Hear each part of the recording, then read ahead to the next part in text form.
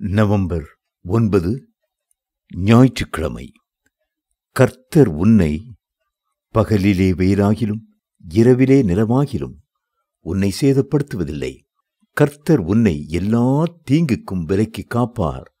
அவர் உன் ஆத்துமாவை காப்பார். சங்கீதம் 121 6-7. கிறிஸ்தவ வாழ்க்கை என்பது பஞ்சுமத்தை அல்ல, ரோஜா மலரால் அலங்கரிக்கப்பட்ட வாழ்க்கையும் அல்ல.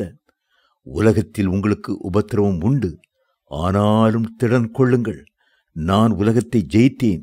யோவான் 16:33 என்று கர்த்தர் சொன்னார். நீதிமானுக்கு வரும் துன்பங்கள் அநேகமாயிருக்கும், கர்த்தர் அவைகள் எல்லாவற்றிலும் நின்று அவனை விடுவிப்பார். சங்கீதம் 34:19 என்று தாவீது சொன்னார். ஆனால் எல்லா சூழ்நிலைகளிலும் கர்த்தர் நம்மை காக்க வல்லவராயிருக்கிறார்.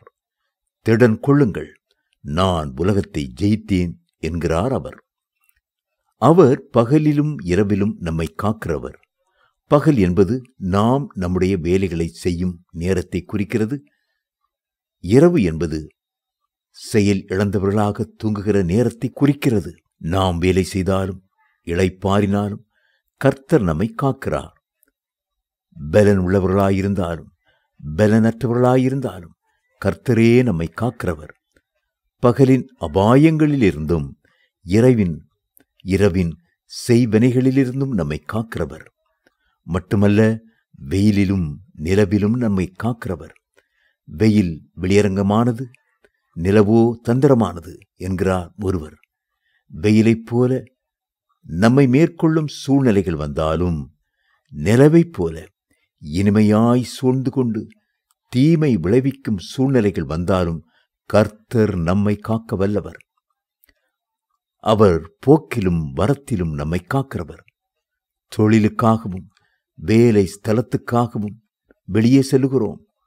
ஓய்வுக்காகவும் இளைப்பாறுதலுக்காகவும் வீட்டுக்கு திரும்பி வருகிறோம். பல வேளைகளில் வெளியே செல்லும் போது இந்த நாள் எப்படி இருக்குமோ, எதை சந்திக்கப் போகிறோமோ என்று கலங்குகிறோம்.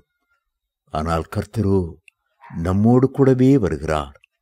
என் சமூகம் உனக்கு முன்பாக செல்லும் என்று சொல்லி போகையிலும் வருகையிலும் நம்மை கண்மணி போல காத்துக் கொள்கிறார். பகலிலும் இரவிலும் வெயிலிலும் நிலவிலும் மட்டுமல்ல, அவர் என்றென்றைக்கும் காக்கிறவர். மரணமானாலும் ஜீவனானாலும் நம்மை காக்கிறவர்.